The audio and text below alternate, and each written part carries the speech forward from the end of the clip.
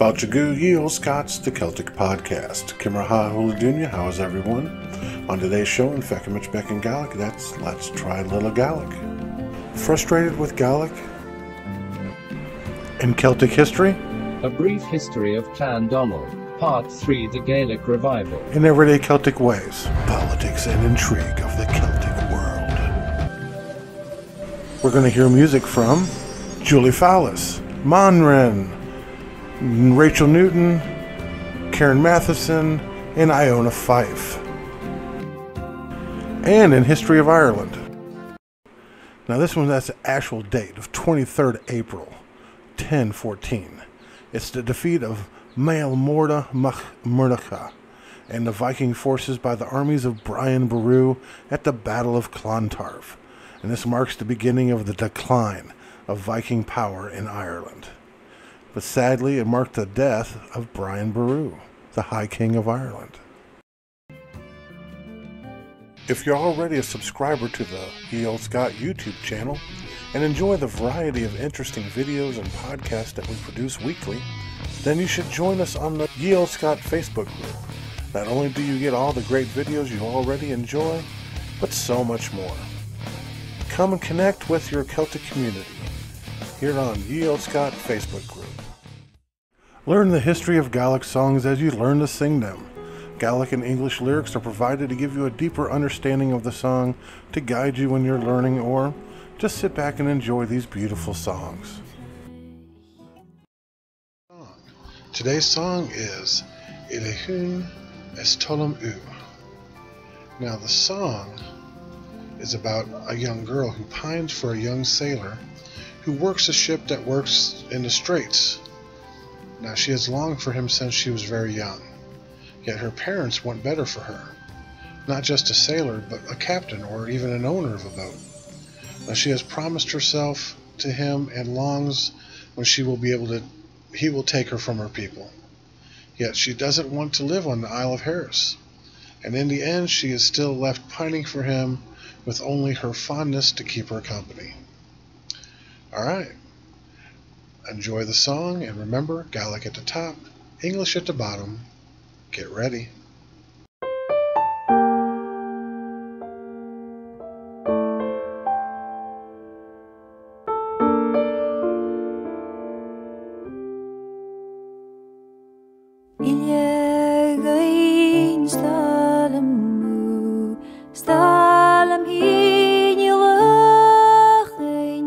Stalat mi stalamu skuraka hook me girl good Galav mi mar bashgo it's all you've got gerach speak of I am more small amon with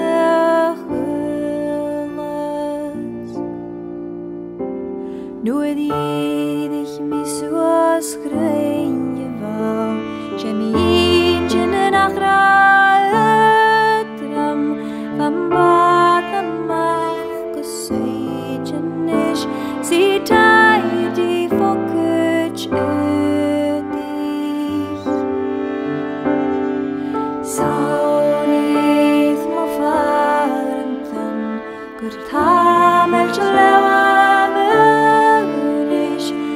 Fine fair na perna, le pa.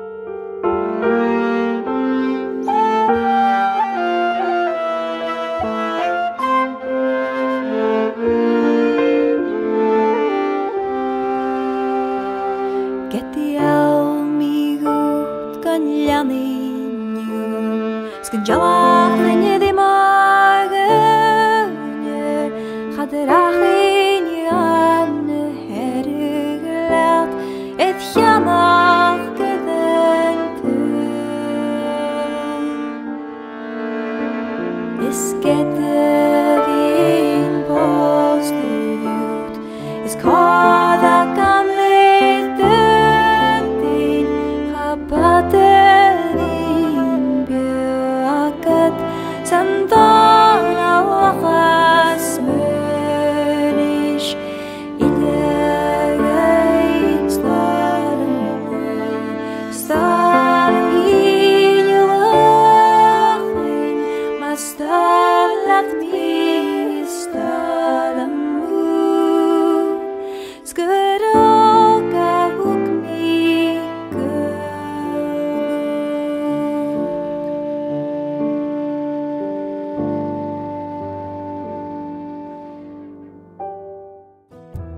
Scottish Gaelic is native to the Gaels of Scotland. Scottish Gaelic developed out of the Old Irish, and learning this beautiful language can be a direct link to your Gaelic ancestors. Follow along in Feuchamaich Beagan Gaidhlig, and like I said, let's try a little Gaelic. Frustrated with Gaelic? An easy way to keep the Scottish Gaelic language alive is to keep it in your daily vocabulary. Little bits here and there to let those around you know how important it is to you. This is especially important if you have small children. They will have the benefits of learning another language and share a common link with you and your heritage. Part 5 of Frustrated with Gaelic, in and around the kitchen. Now, some of the things you're going to see me use as props today come from Gaelic for Sassenachs. It's a great Facebook page. You really should be a part of this group. They constantly posting things. It's great to keep you into the language, keep you into it every day, which is the whole point of Frustrated with Gaelic. So today we're going to talk about things around the kitchen. Bola, Priepen, Pota, Muka Tosh, Spatio, Skuabak,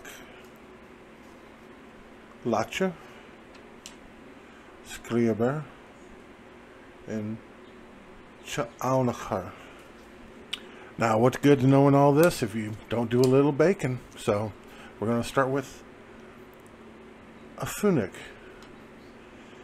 puder fune, cake, eran briskich, eran korka, eran milas, briev, doof, or tortusk, oven, and boon tashik. All right. Just play around with those, have fun with it, keep it in your vocabulary, and you'll be on your way. And be sure to check out Gaelic for Sassenachs on Facebook. You'll enjoy it.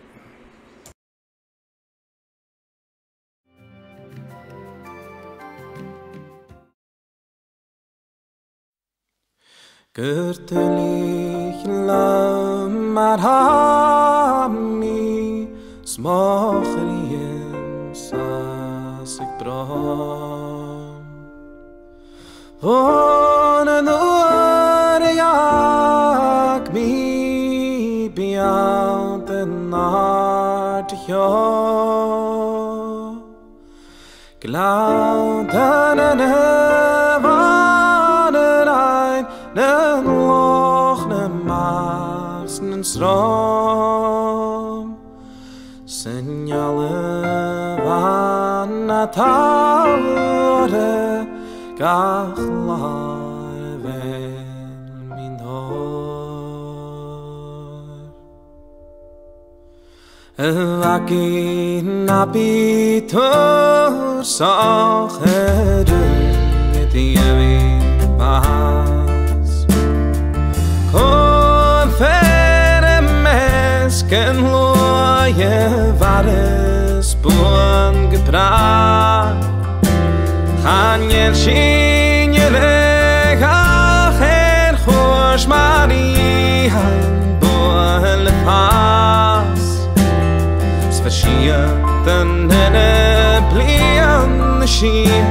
snacht gegrien in nacht an halle verlier mijn hoort je na wie allen zoals een jaar ik ne chance bolle halle gewoon lekker kun gelassen ja kijk mag los en leef voor mij de woord ach get aan door chakroyara amos moach nee niet kloot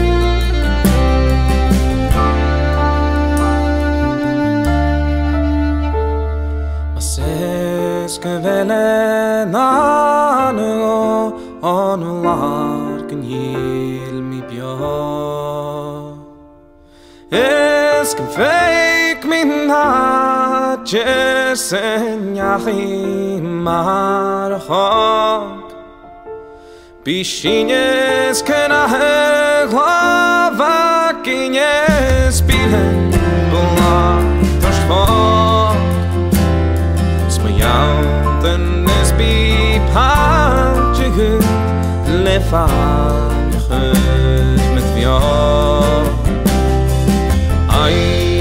Valat hennerun nat lepi khuri vla kato sa hene khos dageske sunt osla a mission chau sta trai shi was nam khwasen for him vash Fine house, le boy, I'm one enough.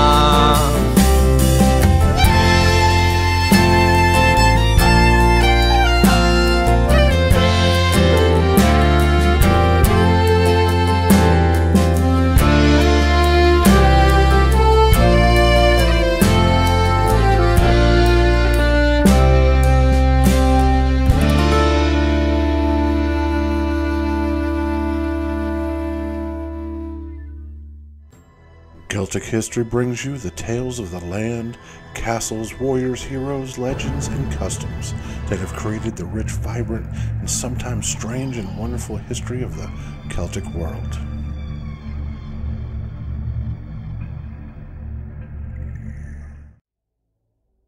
A Brief History of Clan Donald. Part 3: The Gaelic Revival. Despite the period of Viking occupation, in 1140 there was a Gaelic revival under the warrior Somerled, Thane of Argyll. Somerled claimed descent from the ancient rulers of Dalriada and recovered the southern Hebrides from the Norse kingdom of Man. Somerled was the progenitor of Clan Donald as we know it today. Through his grandson Donald the clan gets its name. Through Donald's line passes the later MacDonald Lords of the Isles. In central Scotland, the Celtic identity had been eroded by the influx of foreigners like Saxons, Normans, Flemings, and others who had come here to settle the country. Macbeth was the last of the great Celtic leaders, but an emergence was on the horizon. The medieval kings of Scotland resented the Norwegian authority over their western seaboard, and the growing power of Somerled and his descendants excited the jealousy of the feudal baronage. After the Battle of Largs in 1263, the Norwegian kings were forced to renounce their sovereignty over the Hebrides. From this time the history of the Western Gaels inevitably became more closely linked with events and developments in Scotland. Despite attempts by the Scottish Crown to assert its authority, the descendants of Somerled continued to maintain their independence and support for Robert the Bruce during the Scottish War of Independence. This resulted in Clan Donald consolidating their hold over extensive territories in the Western Highlands and the Isles, and making themselves a formidable power in the politics of Scotland.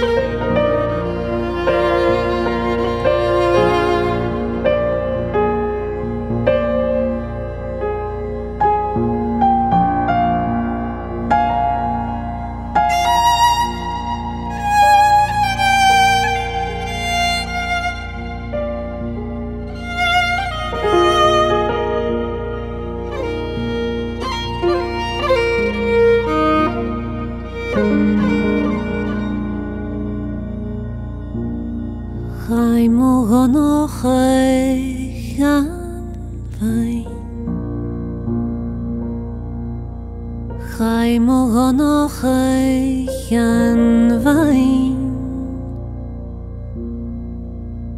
Chai mo no chai chan vain Schaci nie chachai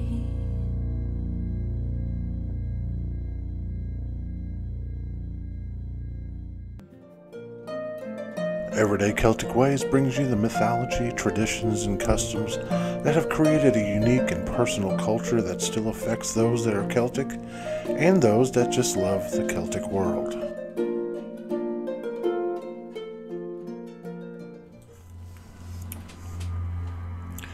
Did Mary Queen of Scots kill her husband, Lord Darnley? Well, Mary Queen of Scots was 1 week old when she succeeded to the throne in 1542. Her husband, Lord Henry Darnley, and the father of King James I of England and James VI of Scotland, was murdered 25 years later and remains one of history's most notorious unsolved crimes. On a Sunday morning in February 1567, Darnley lay sleeping on the upper floor of an Edinburgh house known as Kirkle Field. For weeks he had rested there, convalescing from either smallpox or syphilis. Across the city, Queen Mary and the baby prince were ensconced at Holyrood House. Unknown to Darnley and Mary, miscreants had for some time been packing the cellars of Kirkle Field with gunpowder, enough gunpowder to blow the structure to smithereens. Around 2 a.m., the building exploded. A blast was heard and felt throughout the entirety of Edinburgh. Nothing was left of the building, but in an adjoining garden beside a pear tree, townsmen found Darnley's nightgown-clad corpse. The explosion did not kill him. He died of strangulation. Many speculate that Darnley had tried to escape before the blast, but had been intercepted by his murderer before he could flee. Complying with royal protocol, Queen Mary observed 40 days of official mourning for her husband. But rumors circulated that Mary's widow weeds were woven with threads of insincerity. With Darnley's death, she had in fact become a widow for the second time. If her 2-year marriage to Darnley had been brief, so too was her earlier marriage to the Dauphin of France. The union had lasted only 2.5 years before the Dauphin became King Francis II. His father died in 1559 at age 16 from complications of an ear infection. Now, Mary was 18 when she returned to her homeland from France. Her youthfulness belied the royal ambition that had consumed her. She had shipped off to France some years earlier. She had been nothing more than an innocent political pawn in the game of royal power-grabbing. Mary returned with her own shrewd agenda for Scotland, though. Scotland's renowned 19th century man of letters, Sir Walter Scott, he noted that Parliament in 1560 had declared Scotland a Protestant nation. He then wrote about the Queen Mary's return. Now, he's quoted as saying, "Her youth, for she was only 18 when she returned to Scotland, increased the liveliness of her disposition. The Catholic religion, in which she had been strictly educated, was a great blemish in the eyes of her own people. The religious issue became an obstacle in Mary's reign. Recognized that to avoid rebellion she would reconcile the interest of her Catholic and Protestant nobles. Though she continued to practice her Catholic religion in secret, she showed no favors to her fellow Catholics. She did not ratify the Reformation Act of 1560, but she made no attempt to revoke it either.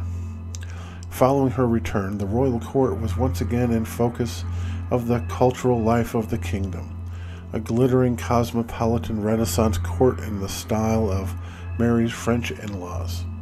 It was crowded with scholars, poets, artists, and musicians. There was dancing and merrymaking, playing of billiards, cards, dice late into the night, and riding and hunting during the day. Mary's life was not all frivolous, though. She read poetry, history, and theology in several languages, and like most noblewomen of her time, she busied herself with embroidery and played the lute and the virginal. For a time, Queen Mary seemed in control of her realm, circumspection and intelligence informing her royal decisions. When it was time to remarry, she made a costly mistake, though. Her choice of a mate was her first cousin, Henry Stuart, Lord Darnley, son of the formidable Earl of Lennox. Both Mary and Darnley were great-grandchildren of Henry VII of England. They both had Tudor and Stuart's blood in their veins. Darnley, indeed, was close in line to the thrones of both England and Scotland. It was not only the impeccable royal lineage that made him attractive to Mary. She had fallen in love. Sir Walter Scott gives us a realistic portrait of the object of Mary's affection. Lord Darnley was tall and handsome, perfect in all external and showy accomplishments. But he was unhappily destitute of sagacity, prudence, the steadiness of character. He exhibited only doubtful courage, though violent in his passions. Mary's regret over her marriage to Lord Darnley proved that his beauty and courtly accomplishments were only skin deep. At the core, he was shallow, vain, weak, selfish, arrogant, vindictive, and spoiled. Besides, he was a Lennox, a family with countless enemies both in Scotland and England. Against the advice of her nobles and in spite of Queen Elizabeth's expressed displeasure, Mary wed Darnley in July of 1565. As predicted, the bridegroom's desolate lifestyle soon angered her, causing her, of course, to second-guess her decision. Most nights he roamed the streets of Edinburgh with low-life companions in search of loose women. His failure to take part in the business of the royal court disappointed Mary. Less than a year after the wedding, Darnley, unhinged by immature jealousy, became involved in another murder of David Rizzo, his wife's private secretary. Rizzo had come to Scotland from Italy some years before on a diplomatic mission, but remained at the Scottish court as a lute player, singer, and Mary's assistant. The more outraged Mary became over her husband's stupidity and lewd behavior, the more she looked to Rizzo for consolation.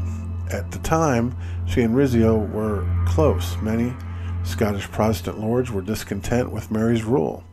Some of the nobles claimed that Rizzo was a secret agent of the Pope and had usurped their proper places beside the Queen. They cajoled the gullible Darnley into believing that Mary and Rizzo were sexual partners. Historians have found the accusation implausible because, at the time, Mary was 6 months pregnant with Darnley's child. Now, they persuaded him to take part in the plot to murder the Italian, though. On the night of Saturday, 9th March 1566, Rizzo was dragged screaming from Queen Mary's side at her supper table at Holyrood House and stabbed some 56 times before life drained from his struggling limbs. It is unclear whether Darnley himself did the dragging or the stabbing, or whether one of his henchmen performed the actual slaughter. Amazingly, Mary forgave, or at least pretended to forgive, Darnley and cleverly managed to sever him from the group of treasonous nobles who had masterminded the Rizzo assassination. With Rizzo still fresh in the minds of the court, another threat to Darnley's fragile self-esteem soon took center stage.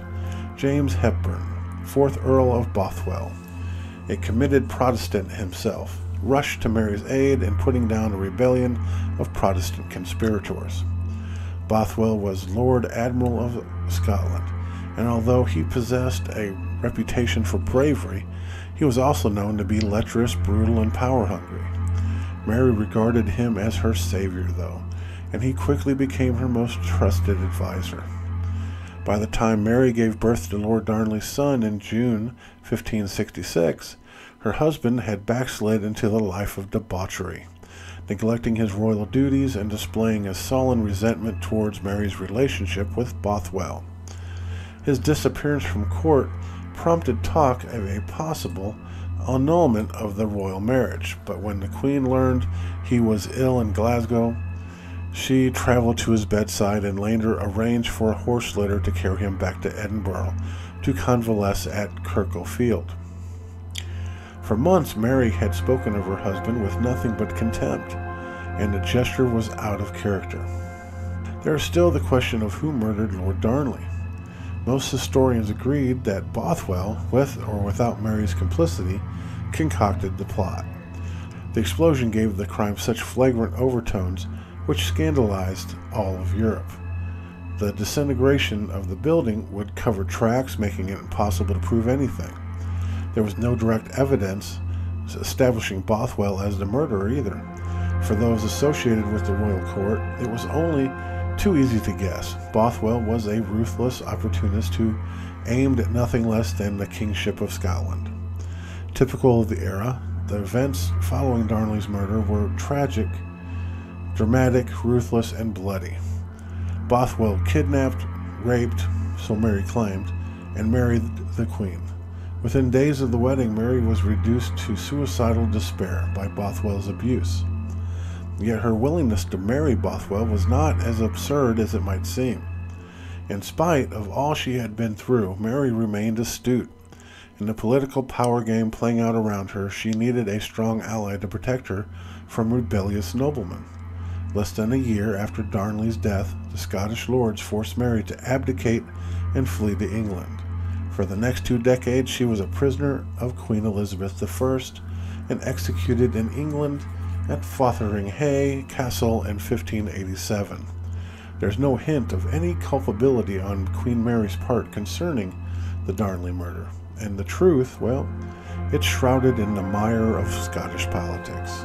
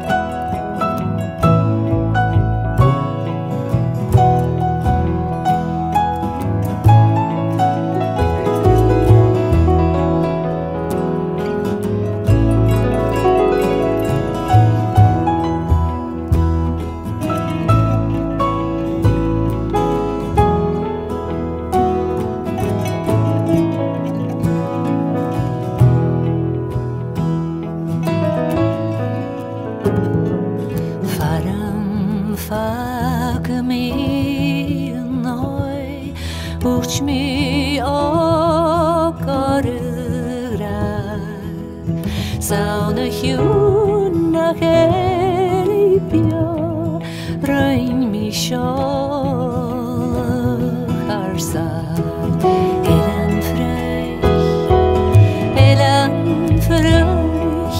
Elan ffreich na miawnar Baran dor ar y chwg Elioes morau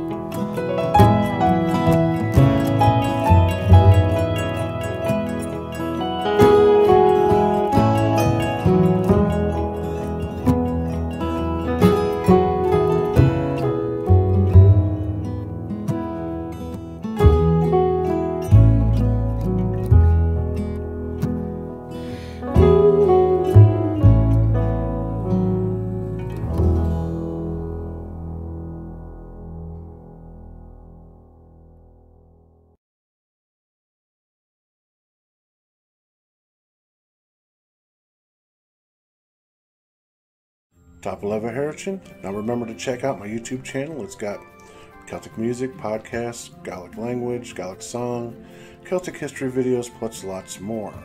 And my Facebook group where you can give me your inputs and insights on all things Celtic. Goodbye, Apple Baby. Masha Weave. Goodbye, everybody. But I'm going to let you go with a song.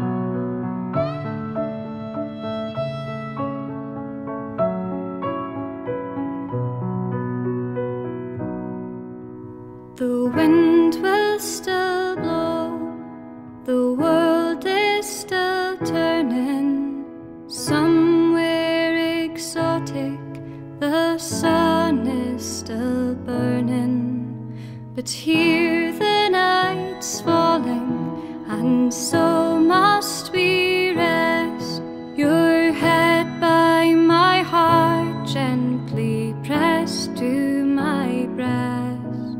The whispering ocean with tall tales to tell is done for the day as he settles his swell. Good night, oh my children, good night. Sleep deeply, sleep safely, my children, sleep tight. Good night.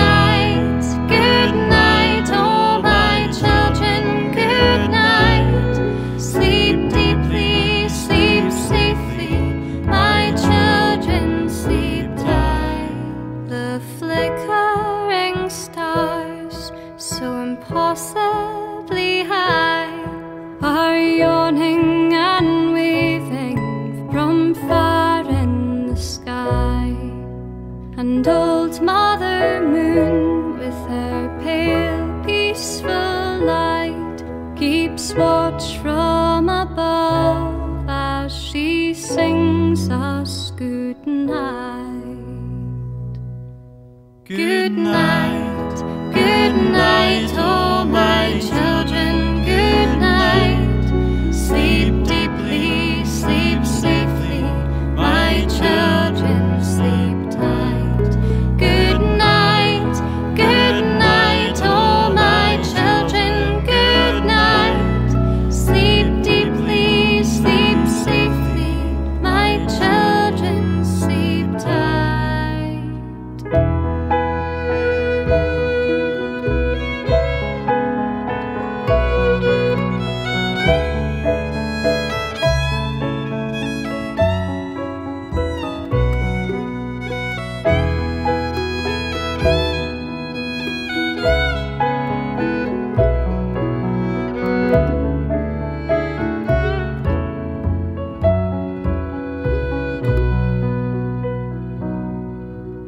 The wind will still blow, the world is still turning. Some